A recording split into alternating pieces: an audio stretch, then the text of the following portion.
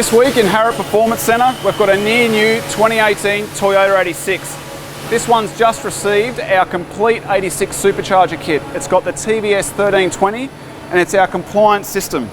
It can be supplied with the emissions calibration file deployed through an Ecutech cable. Factory, these cars make about 120 kilowatts in our hub dyno. And importantly, from the factory they've got this really bad torque dip around 3000 RPM. With the Supercharger Kit, that gets completely removed and obviously uplifted.